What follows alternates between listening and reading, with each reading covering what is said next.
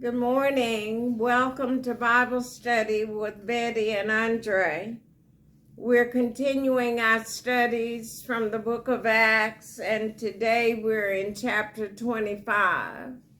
And we will be looking at the Apostle Paul standing before Festus. Now, before in chapter 24, he was before Felix, but Felix was no longer governor, and now Festus is the governor over the Jews and the other regions around Palestine. And this is under the Roman Empire. The Roman Empire is the fourth world empire to govern over people of the world, especially the nation Israel. But since that time, Israel is a sovereign nation. So we begin in Acts chapter 25, verse 1. Now when Festus was coming to the province, after 3 days, he ascended from Caesarea to Jerusalem. So the province is the judgment seat of the place of government to bring criminals to trial and to give decrees and government laws and legislation from Caesarea. And so he ascended from Caesarea to Jerusalem. So after 3 days, Festus left Caesarea to go to Jerusalem. Verse 2.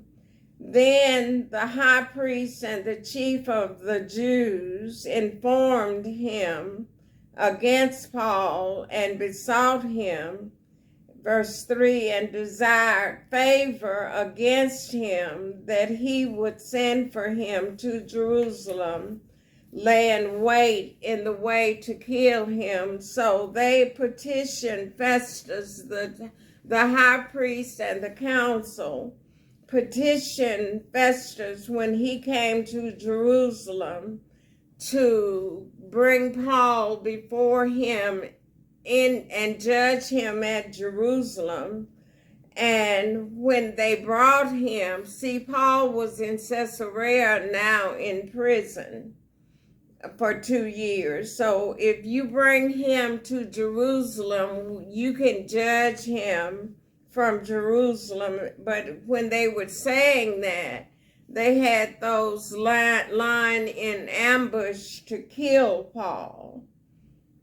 But this is divine intervention, verse 4. But Festus answered that Paul should be kept at Caesarea and that he himself would depart shortly thither. He's saying to these Jews, the high priests and the elders, no, I'm not gonna bring him to Jerusalem. I'm here with you now, but in a very short time, I'm going to go back to Caesarea. And so he says in verse 5, let them therefore, those of you therefore, said he, which among you are able to go down with me and accuse him or charge this man, if there be any wickedness in him. So I'm going back to Caesarea. If you all want to come along with me, that's where I'm going to bring him before the court.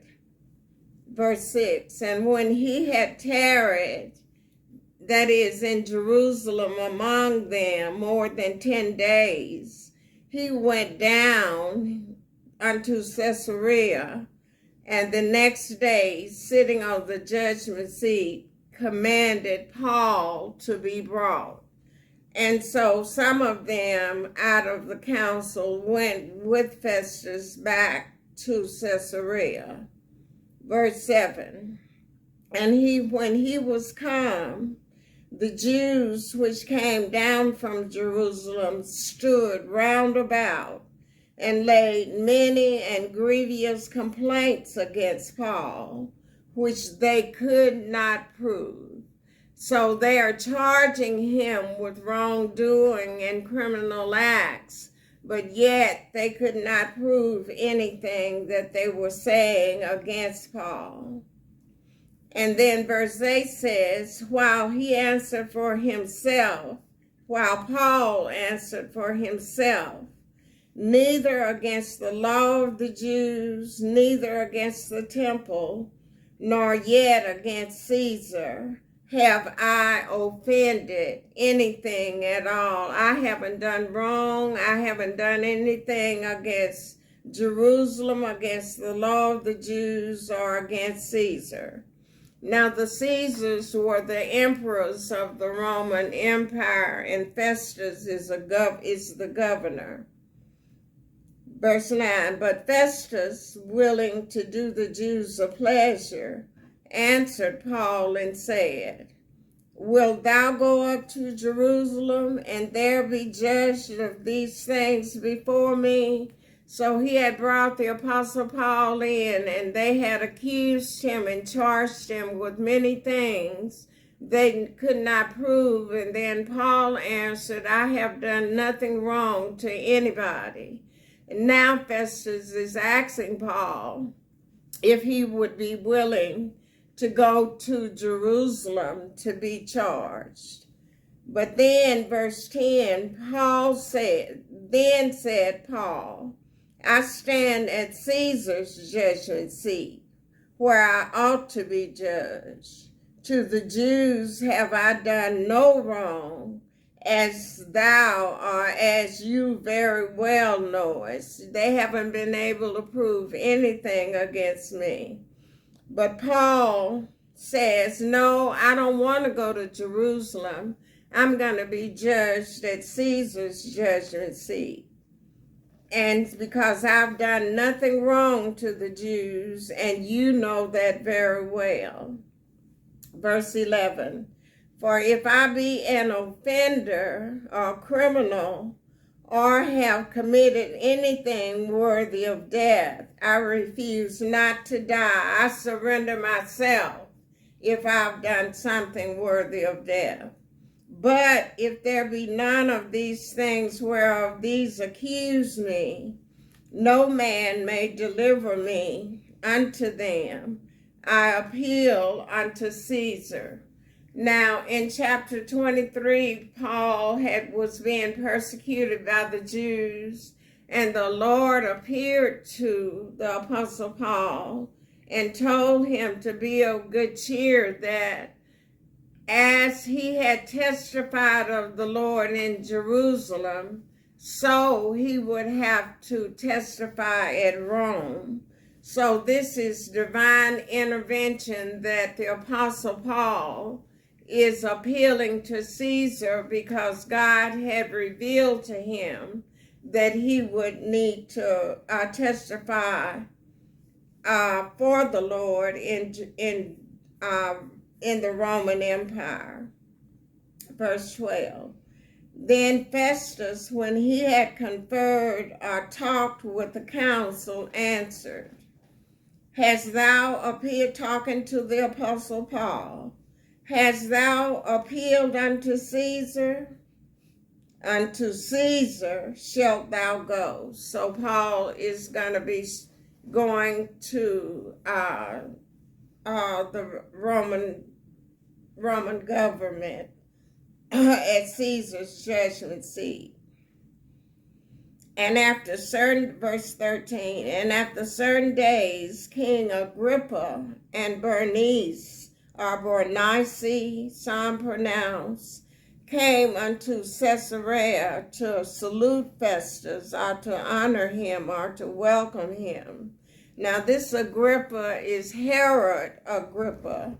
The Herods had ruled in the Roman Empire over the religious rights of the Jews.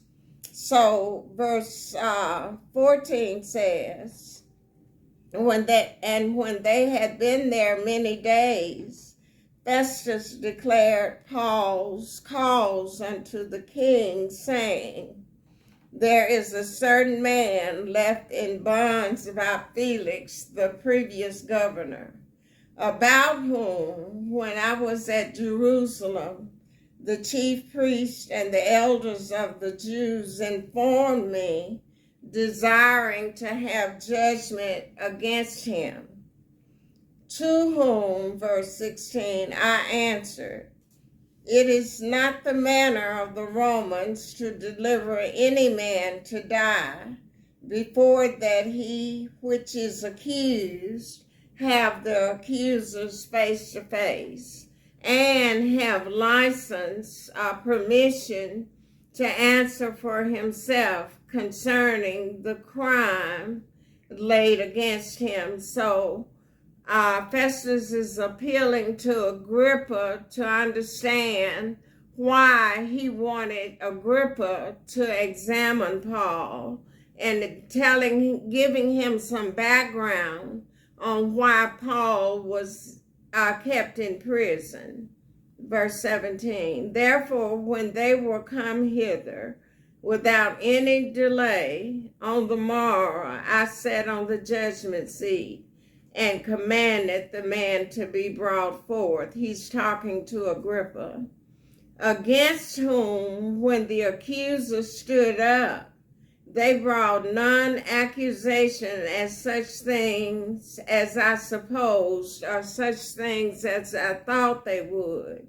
Verse 19, but had certain questions against him, and of their superstition or religion, and of one Jesus, which was dead, whom Paul affirmed to be alive. Verse 20, and because I doubted of such manner of questions, I asked him whether he would go to Jerusalem and there be judged of these matters. But when Paul had appealed to be reserved unto the hearing of Augustus, Caesar Augustus, I commanded him to be kept till I might send him to Caesar. Verse 22, then Agrippa said unto Festus, I would also hear the man myself. And then Festus says to Agrippa, tomorrow, said he, thou shalt hear him.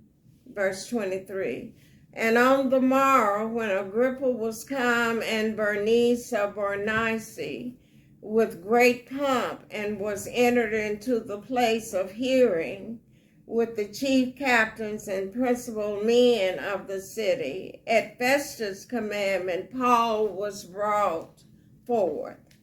Verse 24, and Festus said, King Agrippa, and all men which are here present with us, you see this man, about whom all the multitude of the Jews have dealt with me, both at Jerusalem and also here, crying that he ought not to live any longer.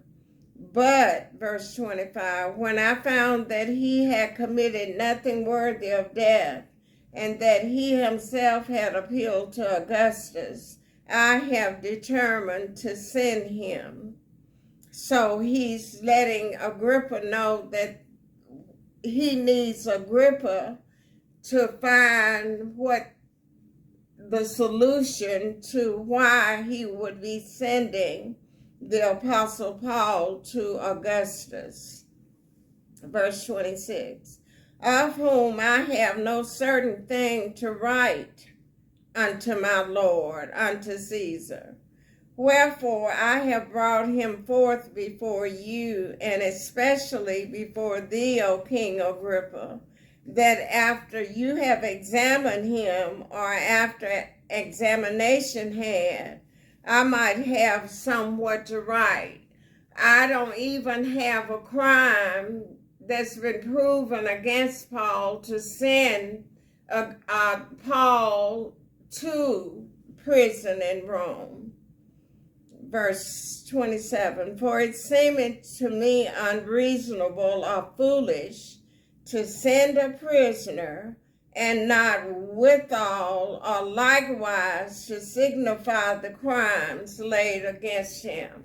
I don't have anything to accuse him of, but yet, because he appealed to Caesar, I have to send him to Caesar. But King Agrippa, I want you to see if you can give me a crime to lay against him. And so next week, Paul will give his defense to Agrippa. And this will be the third time that he gives his Damascus Road experience. So I hope that was not too confusing. I pray your blessings. I pray blessings upon you and your families. Thank you all for viewing with us, and thank you all for your support and encouragement. You all have a blessed day and a blessed week. And remember, my email address is bjt1125@yahoo.com, and you can see me on YouTube also. Thank you all again, and blessings to you and your families, all of you. Merry Christmas and Happy New Year.